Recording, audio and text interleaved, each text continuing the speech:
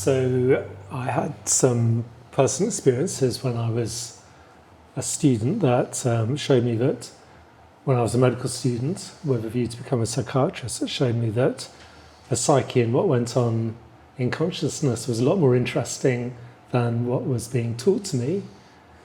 I spent a year in India in 2 separate visits before I did my psychiatry training, and got very interested in the intensity of naturally occurring expanded states in relation to the holy places and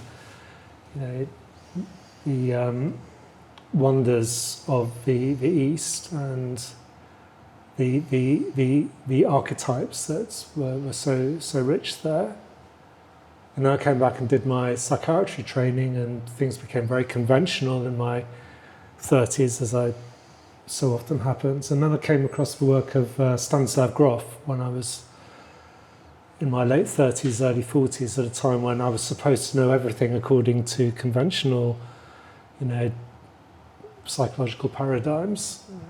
And I started working with Grof, did holotropic breath work, and opened up this vast new territory, and that really sort of started to fill in what I realised I didn't know. And then, of course, I started becoming more aware of Grof's pioneering work with LSD psychotherapy that had been kind of airbrushed out of history in my psychiatric training, and the depth of his thought and his writing and the way he'd really started to uncover the deeper parts of the psyche that other parts of theories hadn't gone anywhere near, really. So I thought Grof took the deep interrogation of the psyche even further than Jung had, and Grof's very well known for uncovering the perinatal part of the psyche, but also the archetypal part of the psyche, the transpersonal part of the psyche, the way he really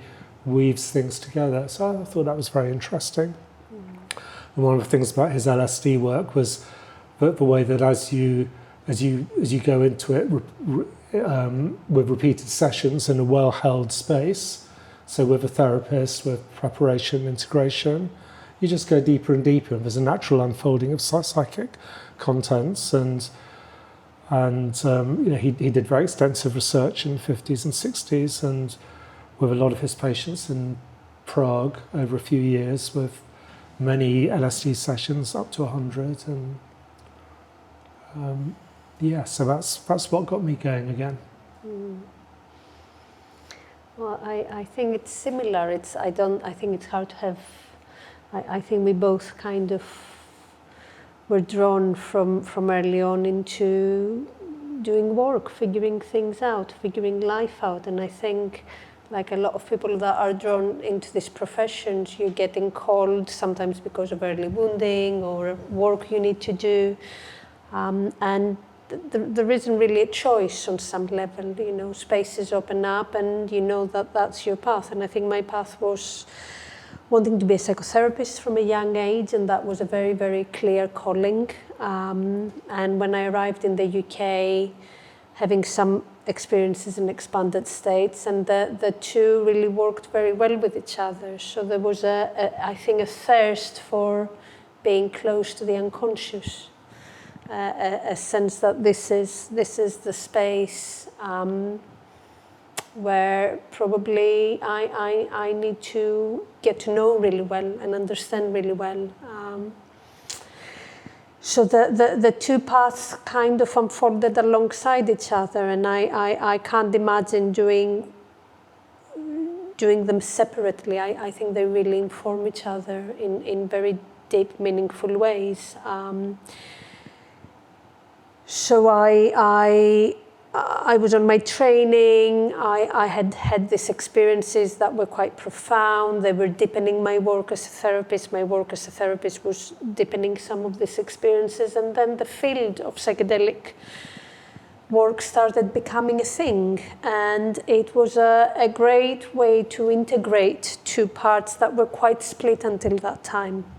There was a sense that they were working alongside each other, but it was very hard to bring them into one space and do something with it. So I think the field, again, for a lot of us, provided a space where we could integrate something of these different strands of life and bring them into something useful. And that's the end result of integration. You bring something together, and then the question is, okay, what is the offering here for the wider whole, for the collective? And then there was again a sense that the work had its own trajectory, its own deepening. So, one thing kind of brings the next layer and the next layer and the next layer. I think all of it isn't interested in psychedelic work, but I think ultimately all of it is our work. And every new stage helps us deepen and find new ways to do our work. They're not that separate.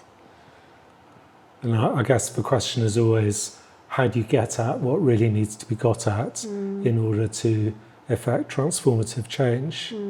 Because it's difficult, and we talk so much about, transformation and change and healing, and some of the superficial layers of that are maybe not that difficult to do within the conventional frameworks. But then how do you get at the really deep layers, the formative layers?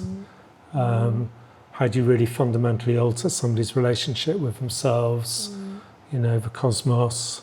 And these are the questions that we're interested in. And I think what we find is that it just gets progressively more difficult, the work. There's like you say, the superficial layers, the kind of levels of change that happen and are immediate and easy to get to and access, and then the work gets a little bit more difficult.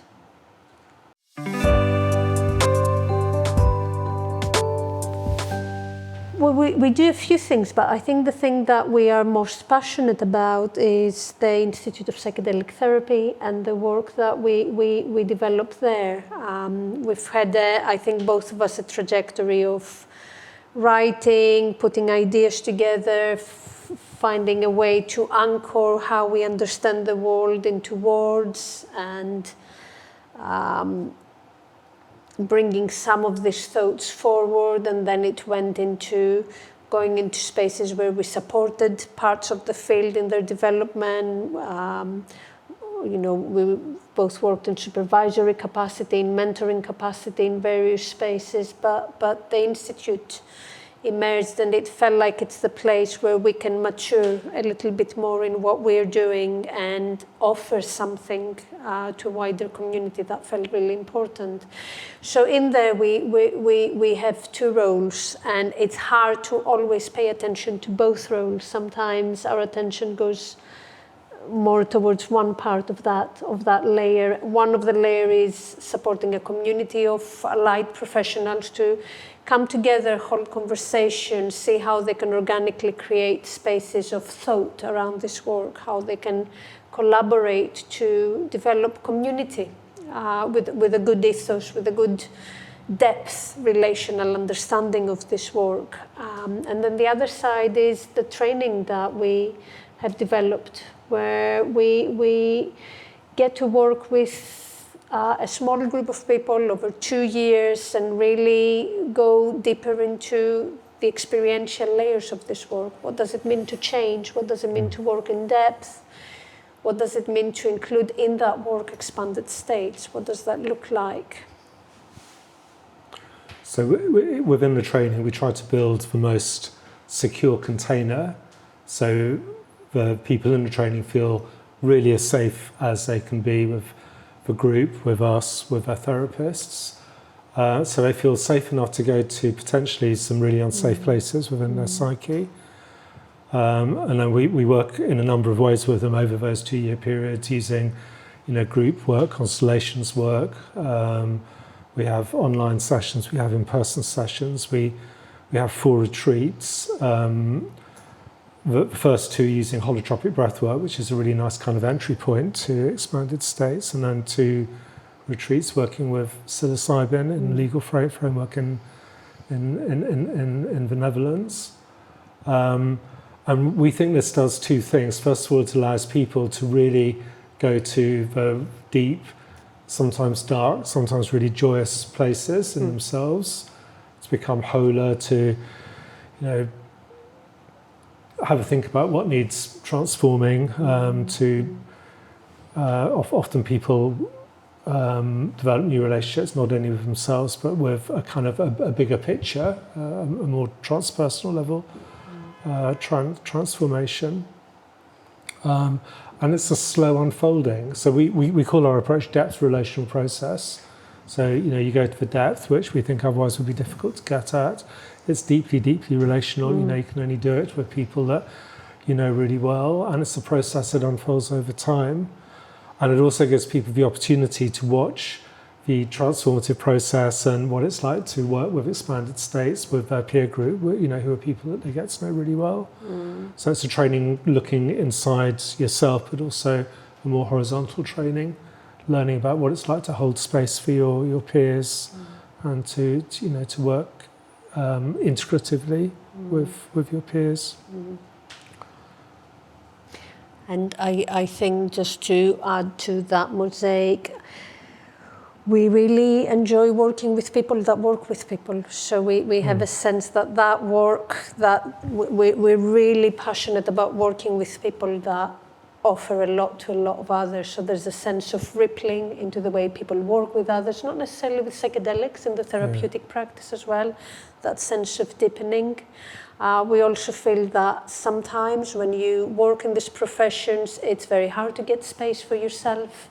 We're so good at giving to others, it's really hard to take for ourselves. So it feels like an important space. And the other thing is the power of the group. That kind of contagion that happens when people bravely step into the process and they give permission to 20 others in the room, or 24 with us too, in this process, to step into the journey and the process. And we don't see ourselves as separate from the process. We think for that to work, we have to go into the process ourselves just as much. So it's demanding, but it's also, I think, really rewarding seeing what happens in that space. When we started the training 4 years ago, I think we initially thought of it more as a training for psychedelic therapists, people who want to work with psychedelics, and we still do to some extent, but I think we see it more now as a training of the deep psyche. So for therapists, who may want to work with psychedelics, who may want to work with other expanded states, but maybe they won't. Maybe it'll just deepen their practice in their existing therapy. I think one of the things that really excites us is the way we see people getting deeper into their own processes. They report they're getting deeper into their therapeutic work. Their therapeutic work is really changing. And so that ripple effect, the cascade effect, is something that excites us all, I think.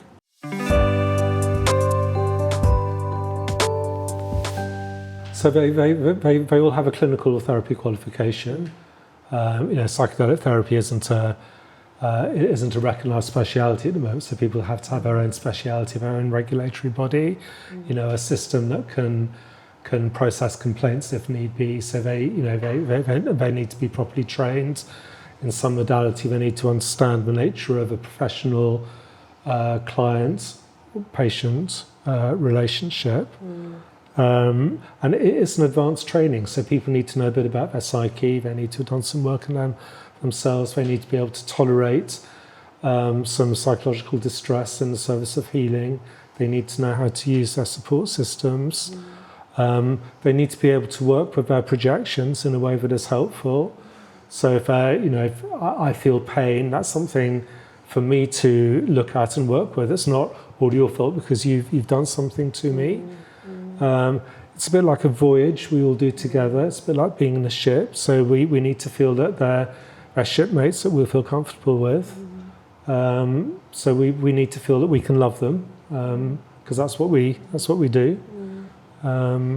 Yeah, I mean, one of the things we do in the application is that we ask people to tell us quite a bit about what's been formative in their lives, where are the woundings, where are the growthful edges, where are they at, and we go through a kind of intense and intimate interviewing process with them. So we try to get a sense of what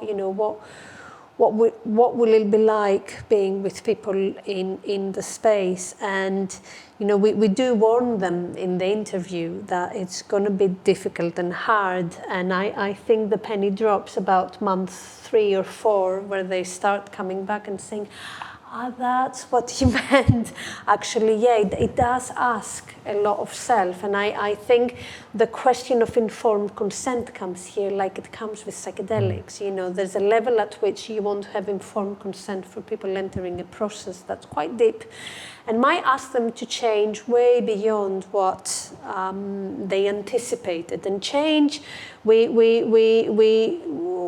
seem to think very highly of it in our profession and invite people very, very abundantly every day to change. But change is a powerful process.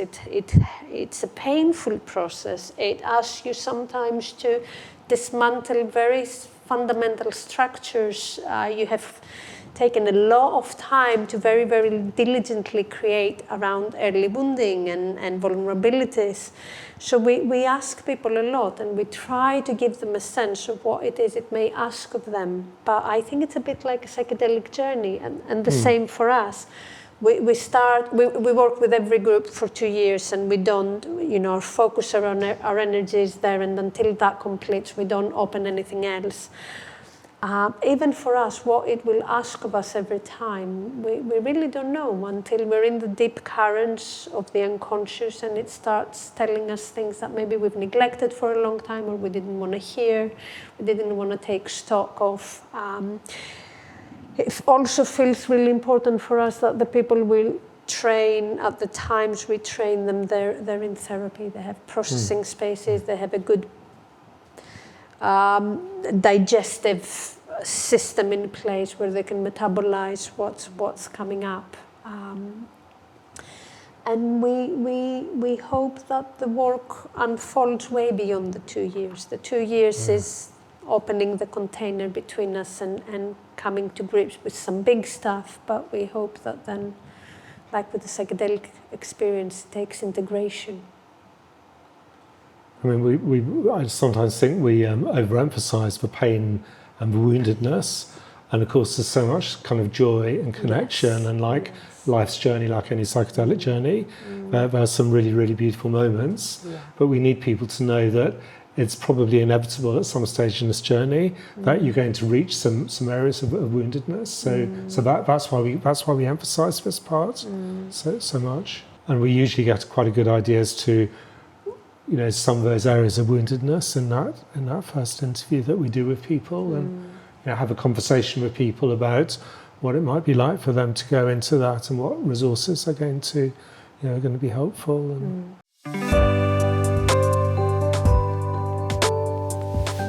So we work in an integrative frame. Well, I don't think I think a lot of people would call it integrative. I think it's quite eclectic, which means that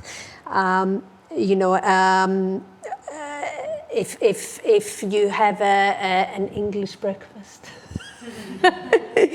and you have the eggs and the tomatoes and the mushrooms and the spinach, and you have them separate, that's an eclectic plate. And if you put them in an omelette and you whip it all together and you put it in one piece, then that's an integrative model. So I think we work with an eclectic model that puts a few key elements on the plate. We think that in this work, the psyche is so vast and so broad, we think it really requires what Hylia Taylor calls theoretical elasticity. You need to be quite flexible theoretically and use a few tools and resources. We see there's a movement in the psychedelic field to focus on one tool, that kind of specialization with psychedelics, and we think that's really useful and powerful, and a lot of good work can happen. But really, to capture, I think, the nuance of the psychedelic experience, you need a few tools in your toolkit. And for us, depth perspectives are really important. from the psychodynamic perspective. We really believe that early wounding is really primary. It keeps repeating in adult life. It keeps looking for resolution in the psyche. But then we really like the future-oriented approach of a Jungian therapist, of a Jungian take that might say, well, yeah, there's the past wounds that inform the psyche, but there's also that teleological future sense of self that's actually calling you into completion. So we're trying to hold that vastness into mind when we work. And then we have our, we have our own mix of Groffian and more ancestral intergenerational influences in my work from systemic family constellations. So we like to work in breadth, but generally with things that have depth. I think one of our shadows, if you like, is the more kind of CBT approaches that, again, will come in and inform sometimes a little intervention, a little moment in the space. But I think we both like to work with theoretical frameworks, but not necessarily protocols and specific tools that guide the experience.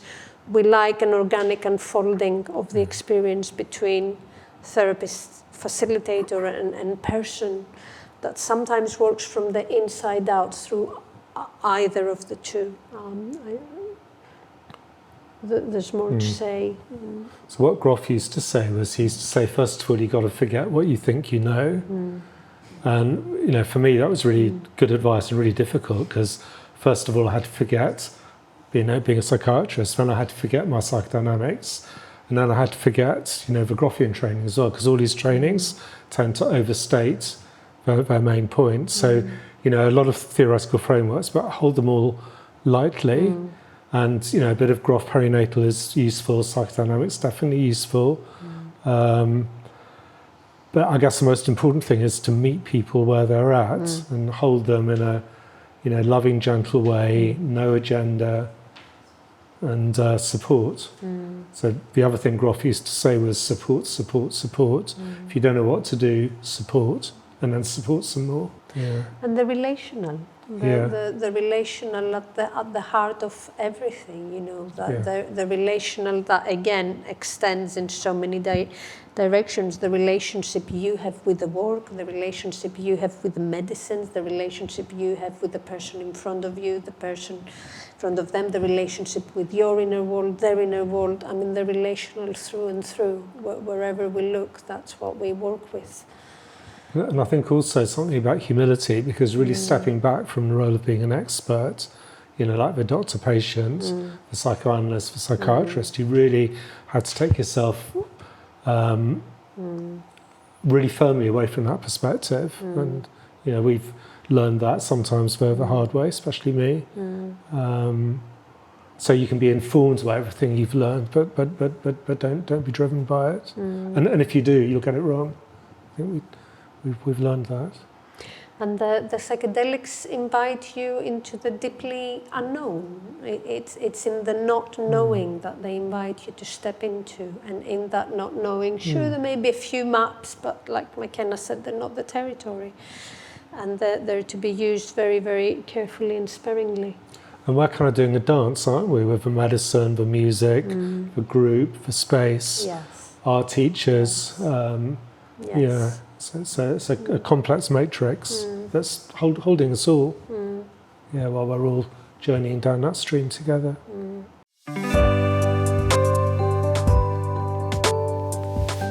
Okay, well, I guess there's a few headlines. One, that psychedelics take you into very early pre-verbal parts of the psyche in a way that other therapies don't.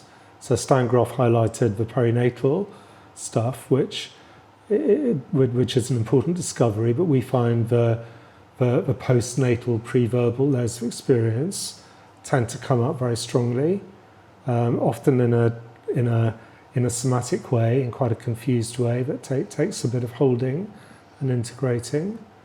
Psychedelics tend to highlight complexes which are very deeply felt emotions with a particular theme may be understandable, like abandonment or loss or anger, but sometimes it's much more complicated and vague than that and takes some teasing out. Psychedelics will often connect people to a sense of a bigger picture, a sense of being in the cosmos. So ultimately, the world we live in, the cosmos, is an indivisible whole, and we are part of that. And if you have that realization, life is never quite the same again. One of those defining insights. And then the way in which you get what we often call the ego death rebirth phenomena, where some parts of our ego structures that often we're very deeply attached to, from our conditioning, our ancestry, the structures that we build to support us, they can become challenged and fragmented in a way that, is very challenging sometimes, and it feels as though our noses are really rubbed in something that's difficult, but that helps us to go to a different place where we identify less of those structures and find something a little more wholesome to identify. And in doing that, so much creative energy can be unleashed. We spend so much time shoring up our defences to keep ourselves away from those parts of ourselves that we're terrified of, and we don't need to. They're just parts of our psyche. We don't need to be so frightened of them. It's so hard to learn these lessons.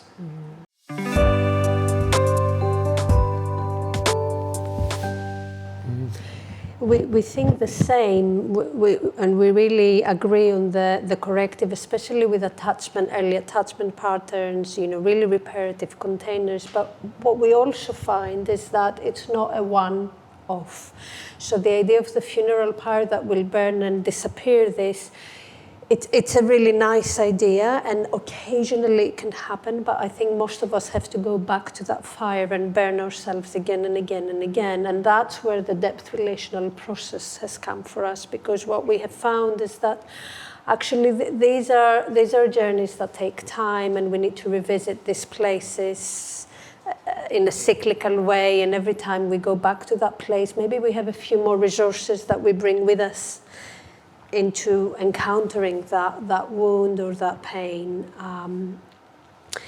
But what's in that phrase in and of itself is the archetype of the pyre. And I think, again, that's what can be really, really useful about the psychedelic spaces. We can think in talking therapy, we can get to the unconscious through words, tactile experiences, a sense of things. But in a psychedelic experience, we swim in the unconscious. It surrounds us. It's a very different encounter with this material. And whereas in ordinary therapy, you might get to the complex, in a psychedelic experience, you'll get to the archetype behind the complex.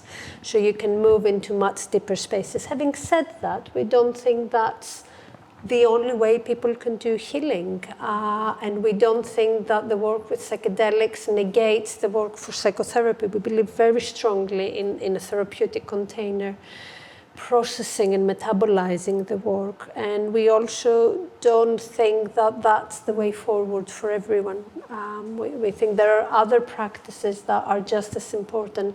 We're in a world and a culture where everything needs to be fast-paced and intense and enormous. And we forget the art of the slow and how important it is to move gently with the psyche, with change, with transformation. So that's not necessarily the only way to do this work. It's a way to do this work that's really potent. But just come back to the idea of catharsis. Maybe there's something especially powerful about the psychedelic co-therapy model, where you revisit your most difficult places, that you've been hiding from all your life, maybe, and you go there in a very vulnerable state. You go there really fully and deeply with two people taking care of you, and that seems to be a really powerful combination. Yeah. So not just the catharsis, but the way that it's met and is held in a way that it wasn't when that psychological trauma originally occurred in the first place. And then the integration, because it's so easy to give people an experience, a really powerful experience in ordinary states. but that doesn't necessarily amount to change or a shift. So the psychedelic field puts a lot of importance and emphasis in integration, and also it's good to also acknowledge that we haven't nailed it as a field, that it remains a bit of a mystery to a big extent. I guess on the subject of integration, I mean, in our training, we expect that people will continue to integrate for the rest of their lives. So as part of the psychedelic therapy paradigm, that's something that you're really inviting. You know, how can you think in a certain way that is going to promote meaning and growth, and being curious and compassionate for the rest of your life in a way that works for you and others, and how to bring those skills back into your everyday life and community. Yeah.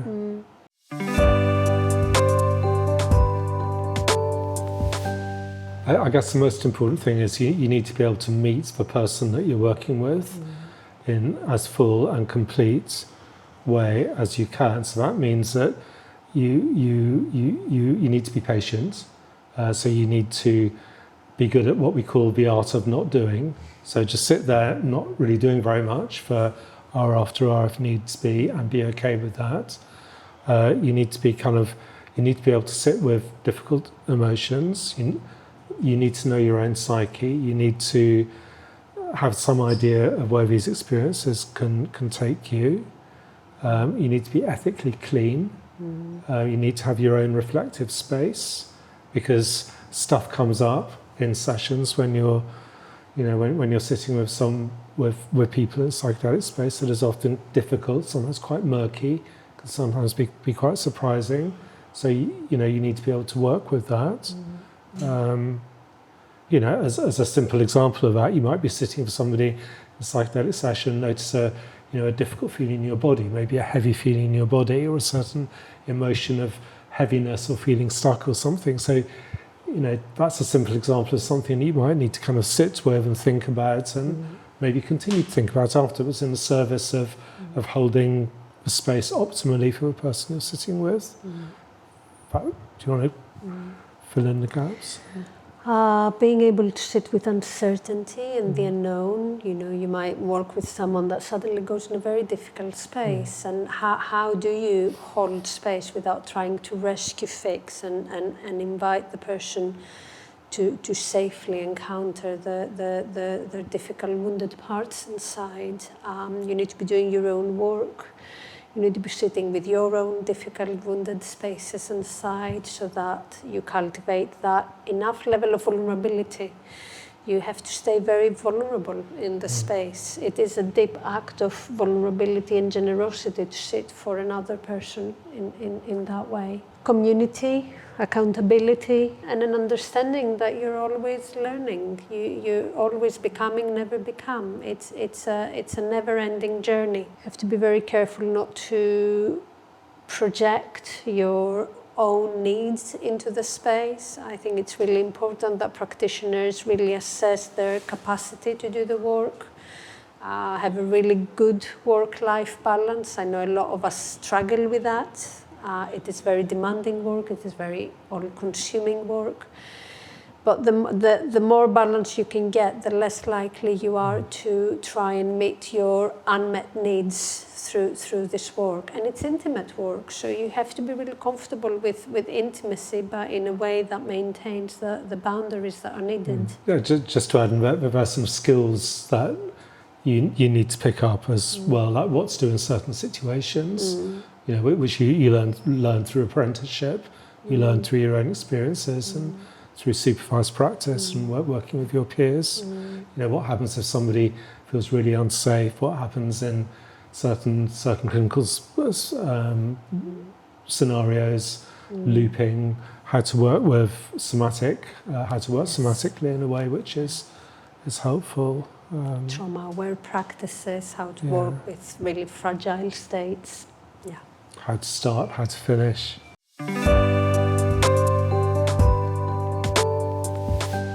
Yeah, I mean, we believe in the ecotherapy team as a good container. We've worked with, we've both supervised clinical trials where sometimes the team is 2 women and 2 men, and that really works. Again, it's a really good container.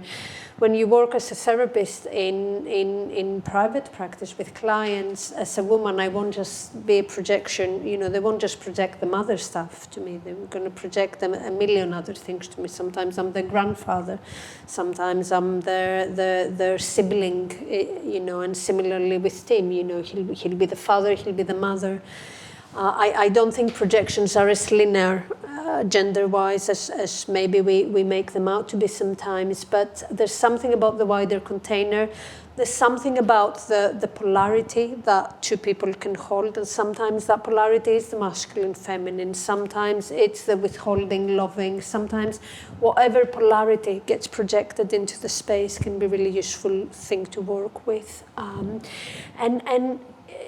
Sometimes there's a sense that 2 therapists are about more doing, but 2 therapists for us is about more being.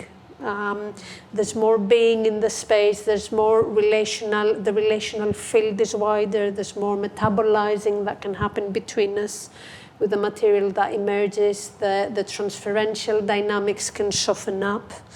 Whereas in a one-on-one scenario, things can be a little bit more intense and a bit harder to digest and dilute. They can sit a bit more harshly in the space.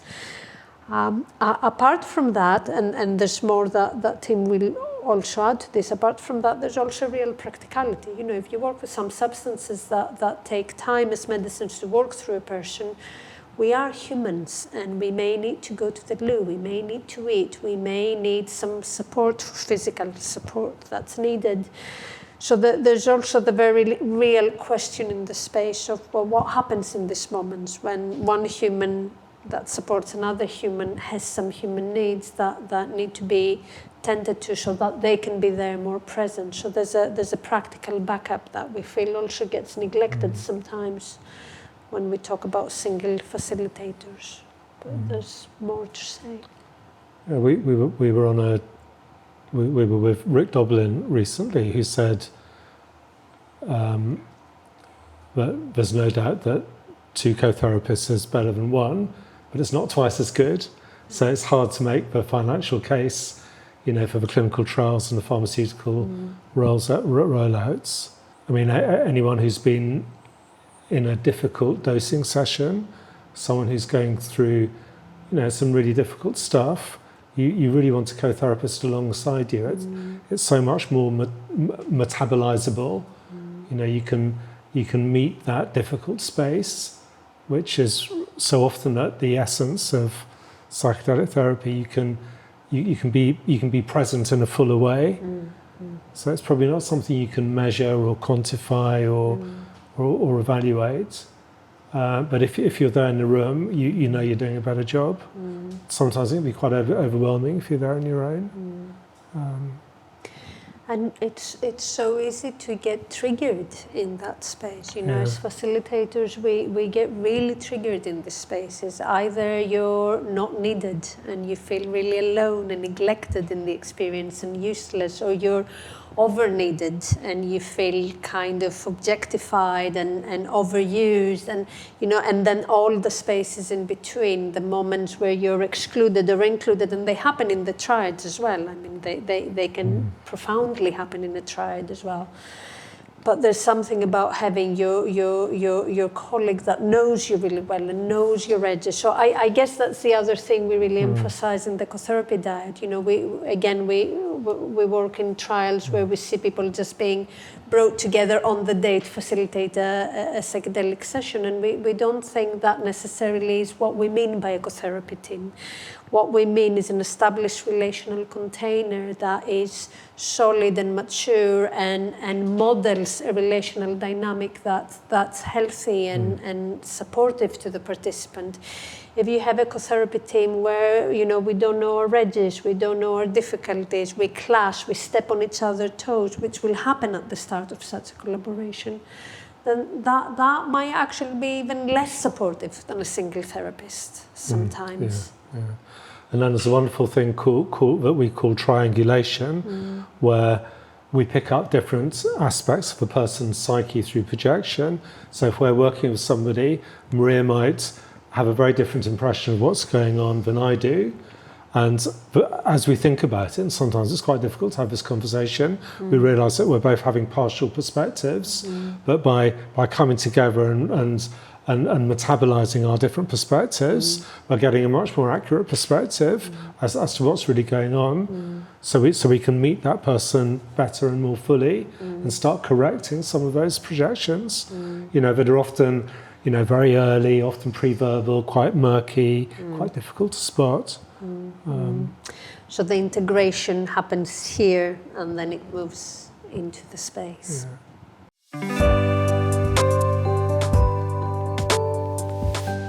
Well, there's an overlap. I think, again, like with everything, we tend not to like rules of what's right and what's wrong. I think there's a different level of complexity in the two. So I work in my practice with a lot of people that I don't sit for, they come for preparation or integration, and I don't even do a brief integration preparation session. I work with people, and in that work, when their experiences come, we have the opportunity to go a little bit deeper into their work, into their psyche, into their healing, into their wounding, all of it. And it's a wonderful addition to the work. I know that as a psychotherapist, I will get fragments of that journey through what they remember, through what they can bring forward. I know that if I was there as a sitter, I would have absorbed and seen and witnessed a lot more from the process. And probably we would have had a sense of cohesion between us in between the journey. But then when that happens, when people work with their clients in between therapy and in-person dosing sessions, it's a fragile negotiation to make, because you have to really negotiate completely different boundary structures. You have to be very careful about the boundary breaches that happen. What do they mean in the history of the person?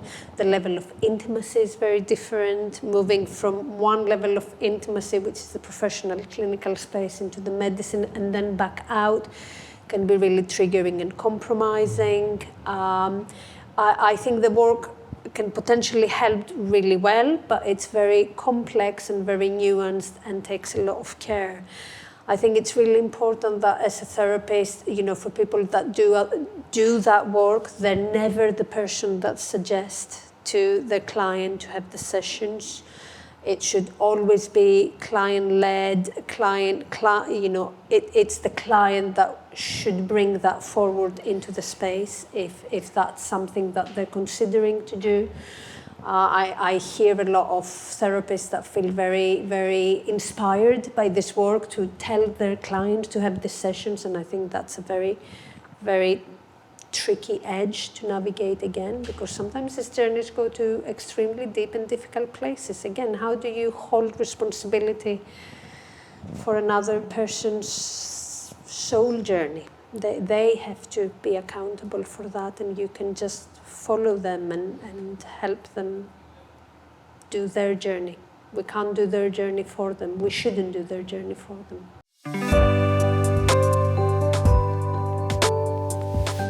Well, I think one complexity with that is that, I think for us, we wouldn't want to sit for anyone we don't know their history and really understand what it is that may come into the space. So again, for us, the idea of a sitter that just oversees a process but has no connection to the psyche of the person, for us, that has its own complexity. Yeah. Wouldn't work for us. Yeah. And I guess you worry about splitting, where somebody gives a certain aspect of their process to one therapist, another to another process. And over a long period of time, that's not necessarily a problem, because if the therapists speak to each other, it can come together. So, I mean, in Australia, you get that hybrid model quite a lot. And in our training as well, people have the therapy, which is independent of the course.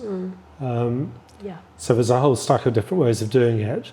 I guess you need to take each situation on its merits and hold it as carefully and mindfully and wholesomely as you can, so that the splitting is managed. And often managing the splitting is a really important part of the therapy process. And talking about these things and negotiating them and bringing them, speaking them, naming them into the space, so that again the psyches enter a journey where they start considering what, how can that really work. But there's complexity in all of it.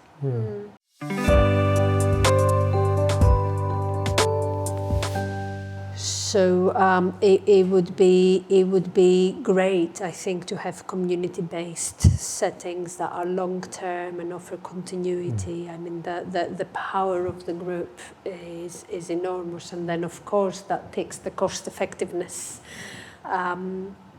matters that generally tend to come up with when we're thinking, how does that get rolled out? How does it become mainstream? How does it come out into the world in a way that's sustainable? And I know that a few of the people that are currently training with us are toying with the idea of opening up group spaces that are that long-term, with group work with the addition of experiences at certain times that kind of augment group process and help them go deeper, with really big digestion and integration spaces in between, where the focus isn't on the psychedelic experience. It's the psychedelic assisted therapy, not psychedelic therapy, where the work happens around the. So again, it goes back to one of the things I've been talking about is I had a very negative view of ketamine for many years. I was in cultural scenes where ketamine came in, it took a lot of sparkle away, took a lot of magic away, and instead of things that were going higher suddenly collapsed. And I haven't had an alliance with that medicine, and I know that it's a medicine that is legally sanctified, that could probably work with it, but I feel I don't have permission from the medicine to work with it. We don't have that alliance. And I went there, I challenged myself in the previous breaking convention, and I went and heard the ketamine track, and I thought, I need to hear more, I need to get challenged.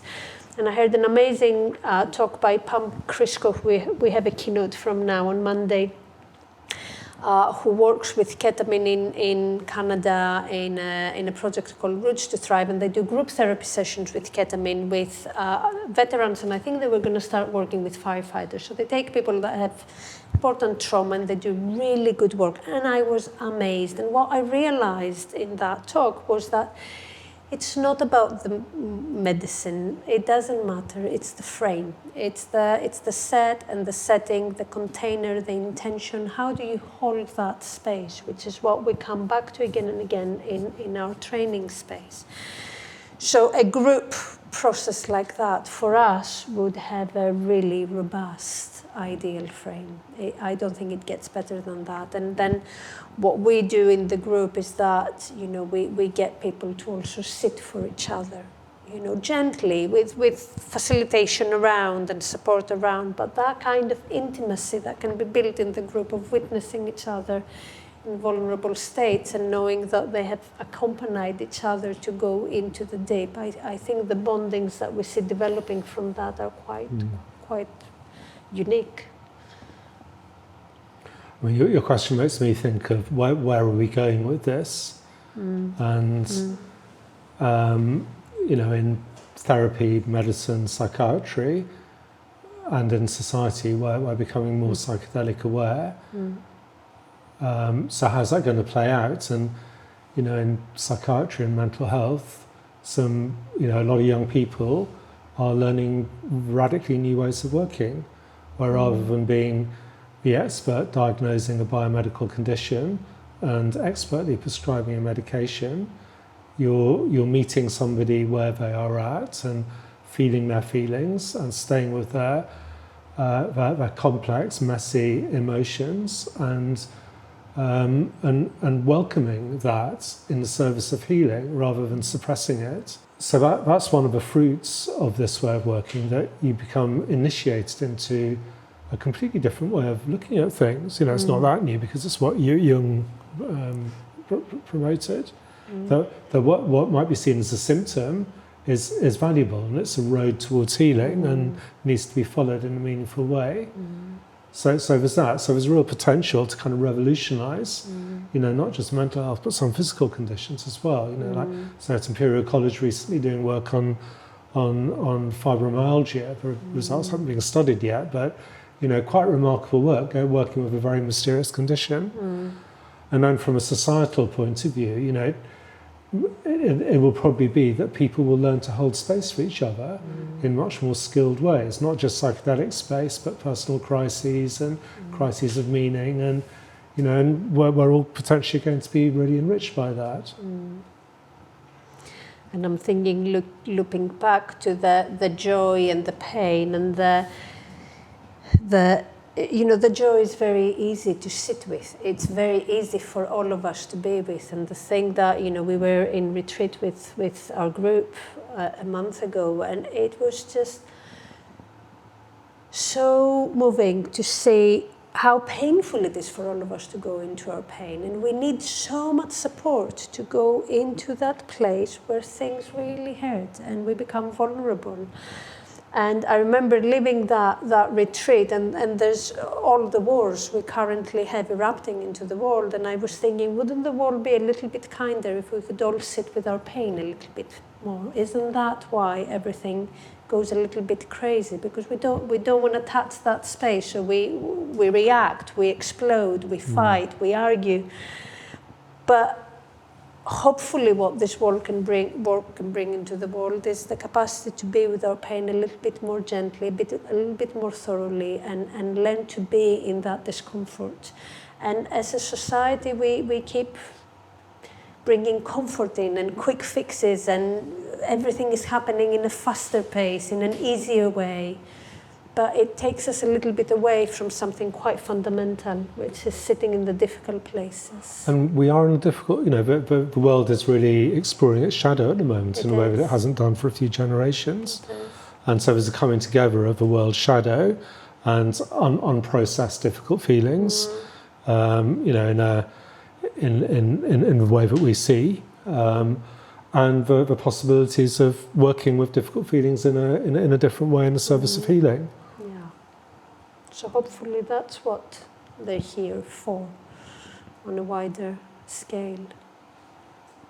Because what we've been doing so far hasn't been working, and you see that nowhere more clearly than in psychiatry, where you know the whole psychiatric kind of model has been built on something that has been fundamentally wrong. You know, it's kind of wishful thinking that this is, you know, like an illness, and it's been helpful in some ways, but could cause a lot of harm. We need to do a lot better. We need to learn to feel rather than take feelings away.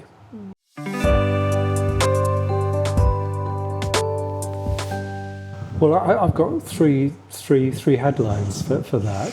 One is the healing of deep wounds, so that we are no longer defined by those deep wounds. And by deep wounds, I mean what may have happened in our personal life, our tribal life, our ancestral history,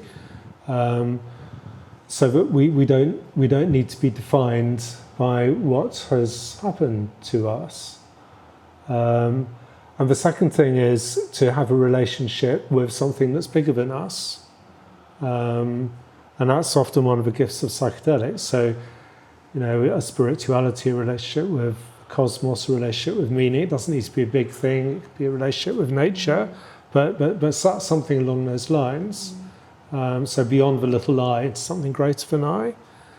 And the third thing, I suppose, is a mixture of those two, somewhere in between, which is to do with the transformation of ego structures. So moving away from the things that we were taught to want. This is often something that happens in the midlife. You know, we often spend the first part of our life gearing up towards something, the things that we think we want, the structures that we need to, you know, pay the mortgage and, you know, and form structures of life. But then if we cling to those too firmly, they can become overdetermined and a hindrance. So there needs to be something about being flexible enough to kind of move with the times, to move with the ages, not to get too identified to ego structures, to allow parts of ego structures to die in the service of something fresher and more complex to be reborn. So to keep moving, to keep mobile. And we think about Jung's idea of individuation, you know, the idea that there's a journey of becoming more whole that comes by turning towards the wounding, that comes by doing your inner work, that every wound in a way is in service to that future self, as opposed to an impediment to who you could become. And the word we've been using quite a lot is the journey towards authenticity, you know, becoming a little bit more real, becoming a little bit more honest with yourself and the world, building a little bit healthier relationships on that basis. And if that comes from an immature place, it could be detrimental and it could be a real disaster. But if it comes from a place of really holding that tension that emerges when you know what in life isn't working, and you know what in life needs to be changed, and at the same time you're very attached to it, and you're in the in-between process between that and what you know can be possible. Well, over time that gives way to something in between, something integrated. We think it's a journey that takes time, and every time you get somewhere, it asks you more of. We have this idea that a successful life is an easy life, that things are supposed to be easy, things are supposed to be comfortable, and things aren't necessarily supposed to be comfortable, but we're supposed to show up for them. So again, someone that we think is well is someone that has enough resources to show up for what life asks them to. So I remember working with someone who said to me at some point, I thought that we would work together and I would walk out of my house and I would be basking in the sunshine. But what is happening is I walk out of my sunshine and it's really raining, but I have an umbrella. So I can do this now. So resources, authenticity, presence, I think for me would be the things that are really valuable resources for doing life in a way that works. And meaningfulness, you know, a sense of meaningfulness in life. And for that is, you know, one of the things that psychedelics really gear you onto is the meaning making. You know, you have to make sense of these experiences. You have to somehow extract some meaning. And I think individuation rests on that meaning-making function. You know, to individuate, we have to keep trying to make meaning out of our lives. It's an amazing human trait. It's not about being a saint. It's about living life as fully as you can. And you know, the Hindu's got this wonderful word, dharma. So you know, if you're gonna grow old as fully as you can. You know, if you're gonna have a cancer journey, do that as fully as you can. If you're gonna, you know, whatever you're gonna do, you know, if you're gonna, you know, your relationship with everything, just do it as fully as you can. You know, if you're gonna have a glass of wine, have a glass of wine as fully as you can. And if you're gonna eat your breakfast, show up.